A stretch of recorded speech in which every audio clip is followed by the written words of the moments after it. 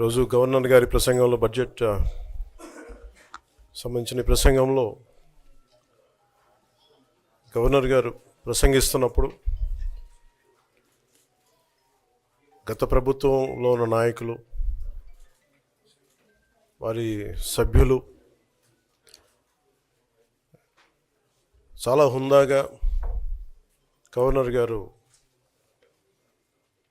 ప్రభుత్వం తరపున ఆయన సందేశాన్ని తీసుకెళ్తున్నప్పుడు వారు చేసింది ఏమాత్రం సబబుగా లేదు.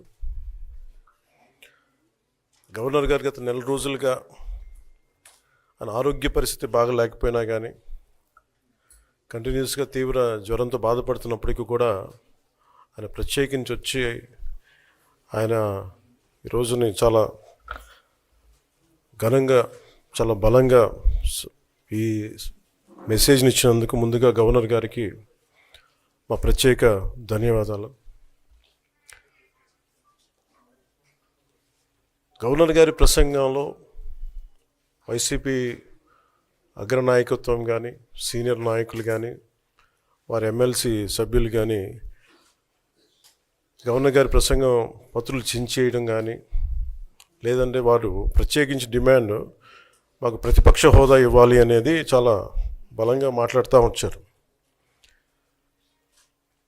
ఇది అడిగితే వచ్చేది కాదు, అది ప్రజలు ఇస్తేనే వస్తుంది. బేసిక్గా ఒకటి హయ్యెస్ట్ మెజారిటీ ఎవరికి ఉంది వాళ్ళు ప్రభుత్వం ఫామ్ చేస్తారు, వాళ్ళకంటే నెక్స్ట్ స్టేజ్ ఎవరికి ఉంటే వాళ్ళకి ప్రతిపక్ష హోదా ఇస్తారు. అంతేగాని గతంలో మేము ప్రభుత్వాన్ని పరిపాలించాం కాబట్టి మా ప్రతిపక్ష హోదా ఎవరికి ఇవ్వరు. కనీసం జనసేన కంటే కూడా ఒక సీట్ ఎక్కువ వచ్చినా కానీ వాళ్ళకి ప్రతిపక్ష హోదా దక్కేది. ఈ రోజున ప్రభుత్వంలో second largest party Janasena.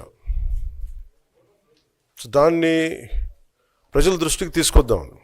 YCP నాయకులు వాళ్ళు చేస్తుంది ఏంటంటే మాకు ప్రతిపక్ష హోదా ఇస్తే తప్ప మేము అసెంబ్లీలో అడుగు పెట్టాం లేదంటే ప్రసంగాలను అడ్డుకుంటాం అని, ఇది సరైన మెసేజ్ బయటికి వెళ్దాం. ఇది సరైన విధానం కూడా కాదు. ఇది ప్రజలందరికీ తెలియజేయాలనుకున్నాం. ఇది ప్రతిపక్ష హోదా ఏ పరిస్థితిలో వస్తుందంటే మీకు రూలింగ్ పార్టీ కంటే కూడా అత్యధికంగా ఇంకొక సీట్లు వాళ్ళకంటే మీరు వస్తే దాని తర్వాత స్థానం మీకు వస్తే ఖచ్చితంగా ప్రతిపక్ష హోదా వాళ్ళకే ఉంటుంది. 21 సీట్లు ఉన్న జనసేన 11 సీట్లు ఉన్న వైసీపీకి ప్రతిపక్ష హోదా ఎలా వస్తుంది?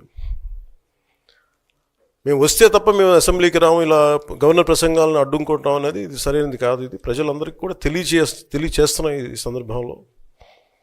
అందుకని ఇది భవిష్యత్తులో కూడా మేము కోరుకునేది వైసీపీ నాయకుల్ని, మీకు ప్రతిపక్ష హోదా ఇవ్వకపోయినా ప్రజలు మీకు 11 సీట్లు ఇచ్చారు, దాన్ని గౌరవించి మీరు అసెంబ్లీకి రండి. మీ స్థాయికి తగ్గట్టుగా మీకు మీకు ఎన్ని ప్రశ్నలు అడగాలో దాన్ని తగ్గట్టుగా ఇస్తారు మీకు. ఇవన్నీ దాటి మన స్పీకర్ గారు కూడా చాలా గౌరవంగా వాళ్ళు 11 సీట్లు వచ్చినప్పటికీ కూడా చాలా గౌరవంతో ఇంతకాలం వాళ్ళకి ఇస్తూ వచ్చారు. ప్రశ్నోత్తరాల సమయంలో కూడా ఆయనకి ఇచ్చారు. గతంలో కూడా ఇవన్నీ ఆయన రావడానికి కూడా ఆయన ఎలా రావాలి ఏం చేయాలి దానికి కూడా చాలా ఏమాత్రం ఇబ్బంది పెట్టకుండా గతంలో కూడా చేశారు. ఫస్ట్ మీరు మనకి గవర్నమెంట్ ఫామ్ అయిన తర్వాత కూడా వీటిని దృష్టిలో పెట్టుకొని వైసీపీ కొంచెం హుందాగా వ్యవహరించాల్సిన అవసరం ఉంది. వైసీపీ నాయకులకు కూడా మీకు బాధ్యత ఉంది. గవర్నర్ గారి ప్రసంగాన్ని మీరు ఆ విధంగా మీరు ప్రశాంతంగా విని దాన్ని వచ్చే ఇంకా జరుగుతున్న సమావేశాల్లో మీరు దాని మీద లోటుపాట్లు మీరు చెప్తే బాగుంటుంది తప్ప ఇలా కూర్చోబెట్టి అరుపులు కేకలు ఇది సమంజసంగా లేదు.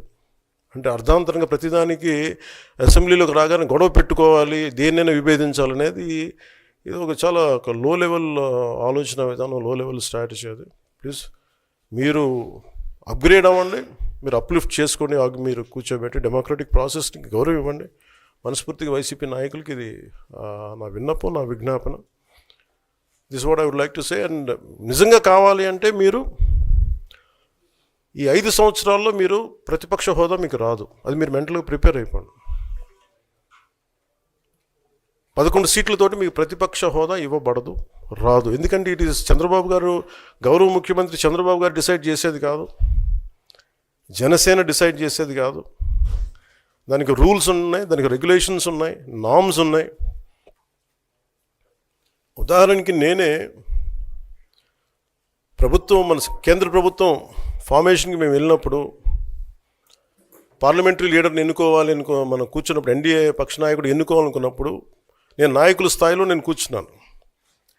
అదే నేను ఇక్కడ మంత్రిగా ప్రమాణ స్వీకారం చేసేటప్పటికి నన్ను ప్రధానమంత్రి గారి పక్కన నన్ను కూర్చోబెట్టలా. నేను డిప్యూటీ సీఎం అయినప్పటికీ కూడా అది మంత్రి హోదానే కాబట్టి తిరిగి నన్ను మంత్రులందరూ పక్కనే కూర్చోబెట్టారు తప్ప ప్రత్యేకంగా నన్ను అక్కడ కూర్చోబెట్టలేదు. అంటే very specific rules and regulations నడుస్తాయి.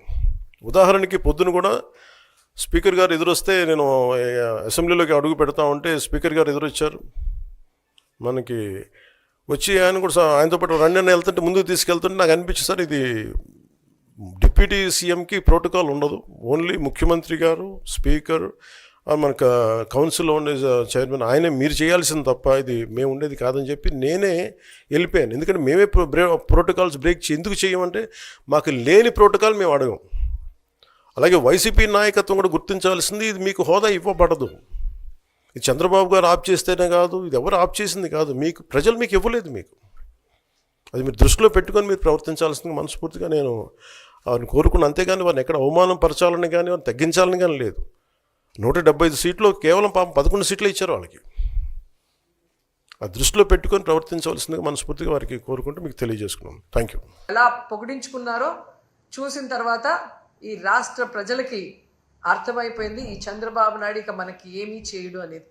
ఎందుకంటే ఎన్నికల ముందు మీరు చూస్తే దాదాపుగా సూపర్ 6తో పాటు 143 సూపర్ 6తో పాటు 143 హామీలు ఇచ్చారు.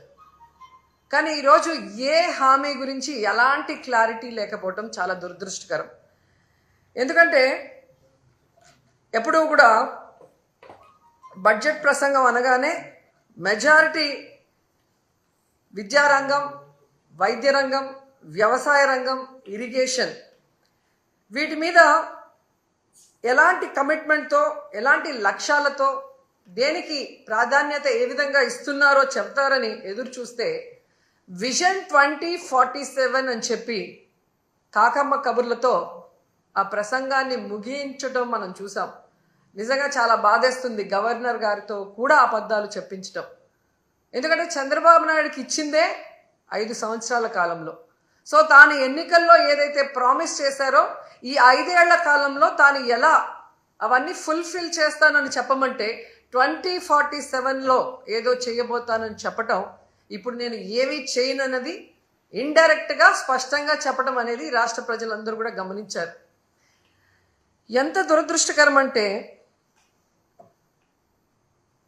గవర్నర్ గారు చదివేటప్పుడు అస్సలు లిక్కర్ రేట్లు పెంచము అన్నట్టుగా చెప్పించారు. మీకు చూస్తే తెలుసు ప్రతి బాటిల్ మీద ఈరోజు రేట్లు ఎలా పెంచారో పేపర్లలో వాళ్ళ స్టేట్మెంట్లే మీరు గమనించవచ్చు. అంతేకాకుండా ఏపీ మొత్తం తెలుగుదేశం పార్టీ, జనసేన వాళ్ళు సిండికేట్లుగా తయారయ్యి ప్రతి బాటిల్ మీద 10 నుంచి 20 వరకు ఎలా పెంచుకొని అమ్ముతున్నారో ఏ ఊరికెళ్ళి ఏ తాగుబోతున్నా అడిగినా కూడా అర్థమవుతుంది. ఈ విధంగా లిక్కర్లో ప్రజల్ని దోచుకొని జలగల్లా రక్తాన్ని పీల్చేస్తుంటే అసలు రేట్లు పెంచము అని చెప్పడం ఒకసారి మనం అర్థం చేసుకోవాలి. అబద్ధాలలో పరాకాష్ట. అలాగే విద్యుత్ ఛార్జీలు ఎన్నికల్లో స్పష్టంగా చెప్పారు, మేము అధికారంలోకి వస్తే 5 సంవత్సరాలు విద్యుత్ ఛార్జీలు పెంచము అని ఘంటాపథంగా చెప్పిన వాళ్ళు అధికారంలోకి రాగానే 15,000 కోట్లు విద్యుత్ ఛార్జీలు పెంచడమే కాకుండా ఇంకా భారాన్ని పెంచే దిశగా ప్రణాళికలు తయారు చేస్తూ గవర్నర్ గారి చేత విద్యుత్ ఛార్జీలు పెంచలేదు అన్నట్టుగా మాట్లాడించడము చాలా సిగ్గుచేటు చంద్రబాబు నాయుడు గారని ఈ సందర్భంగా తెలియజేసుకుంటున్నాను. అండ్ ఈరోజు మీరు ముఖ్యంగా చూస్తే చాలామంది మహిళలు చంద్రబాబు నాయుడు వస్తే ఇంట్లో ఎంతమంది ఉంటే అంతమంది మహిళలకి 1,500 ఇస్తారు అన్నారు. ఆ 1,500 ఇస్తారేమో అని ఆతృతగా ఎదురు చూస్తే దాని ప్రస్తావనే లేదు. అలాగే మీరు చూస్తే రైతు భరోసా గురించి ప్రస్తావనే లేదు. ఫ్రీ బస్సు గురించి ప్రస్తావన లేదు. అమ్మఒడి జగనన్న ఇస్తూ ఉన్నారు. మేము తల్లికి వందనం ఇస్తాము అని చెప్పి గొప్పగా ప్రచారం చేసుకున్నారే కానీ ఈ రోజుటి వరకు 9 నెలలు అవుతుంది, ఒక్క పైసా ఇవ్వలేదు తల్లికి వందనం. కనీసం జగనన్న ఇస్తున్న ఆ అమ్మఒడిని కూడా కంటిన్యూ చేయకుండా ఈరోజు ఎగ్జామ్స్ కూడా వచ్చేసాయి. అంటే ఏ విధంగా పిల్లల్ని మోసం చేశాడో అనేది మనం కళ్ళారా చూడాలి. అంతేకాకుండా మీరు చూస్తే రైతన్నలకి అన్నదాత సుఖీభవ 20,000 ఇస్తాము అన్నారు. వాళ్ళకి అలాగే చంద్రబాబు నాయుడు కరువు కవల పిల్లలు అంటారు. ఆయన రాగానే ఎలా కరువు వచ్చి అందరూ అల్లాడిపోతున్నారో మనం చూస్తున్నాం. గిట్టుబాటు ధర లేదు, అలాగే పెట్టుబడి సహాయం లేకపోతే ఆ రైతులు ఏమవ్వాలి? కనీసం గవర్నర్ గారి ప్రసంగంలో రైతు భరోసా ఇస్తాము అన్న భరోసా కూడా ఇవ్వకుండా చేశారు. అంటే రైతన్నలు ఏ విధంగా మోసం చేస్తున్నారో మనం కళ్ళారా చూస్తున్నాం. ముఖ్యంగా విద్యార్థులు, ఈరోజు విద్యార్థులు అమ్మఒడి లేకుండా ఇబ్బంది పడుతుంటే చదువుకున్న పిల్లలకి ఉద్యోగాలు ఇస్తాం లేదా నిరుద్యోగ భృతి 3,000 ఇస్తామని చెప్పి మోసం చేసి అధికారంలోకి వచ్చాక ఈరోజు మీరు చూస్తే ఏ విధంగా వాళ్ళందరికీ కాంట్రాక్ట్ ఉద్యోగాలు కానీ అలాగే అవుట్సోర్సింగ్ ఉద్యోగాల్ని ఎలా తీసేస్తున్నారో, ఉన్న వాళ్ళని వాలంటీర్స్ని ఎలా తీసేశారో మనం చూస్తున్నాం. ఉద్యోగం ఇస్తా లేదా నిరుద్యోగ భృతి ఇస్తామన్న పెద్ద మనుషులు ఉద్యోగాలు ఇవ్వలేదు, నిరుద్యోగ భృతి ఇవ్వలేదు. 9 నెలలు అవుతున్నా కానీ ఆల్రెడీ ఉన్న అవుట్సోర్సింగ్ ఎంప్లాయీస్ని అలాగే కాంట్రాక్ట్ ఎంప్లాయీస్ని వాలంటీర్స్ని లక్షలాది మందిని తీసేసి వాళ్ళ కడుపు ఎలా కొట్టారో ఈరోజు అందరూ కూడా గమనించాలని కూడా ఈ సందర్భంగా తెలియజేసుకుంటున్నాను. ముఖ్యంగా ఉద్యోగస్తులు చంద్రబాబు నాయుడు వస్తే ఏదో చేసేస్తాడు అని దేవుడు లాంటి జగనన్నని ఈరోజు ఓడించడానికి కంకణం కట్టుకున్నారే. మరి 9 నెలలు అవుతుంది, ఈరోజు మీకు డిఏ లేదు, ఐఆర్ లేదు, కనీసం పిఆర్సీ కూడా లేదు. చంద్రబాబు నాయుడు అబద్ధాలు చెబితే చాలా కమ్మగా ఉంటాయి, నమ్మి ఓటేశారు. పోనీ మొదటిసారి ముఖ్యమంత్రి కాదు కదా చంద్రబాబు నాయుడు. గతంలో 3 సార్లు ముఖ్యమంత్రిగా చేసినప్పుడే ఇచ్చిన వాగ్దానం ఏ రోజు నెరవేర్చడు, అన్ని వర్గాల వారిని ఎలా అవమానించి మోసం చేస్తాడో తెలిసి కూడా మళ్ళీ ఆయన్ని నమ్మి ఓటేసిన మిమ్మల్ని చూస్తే నాకు జాలేస్తుందని కూడా ఈ సందర్భంగా తెలియజేసుకుంటున్నాను.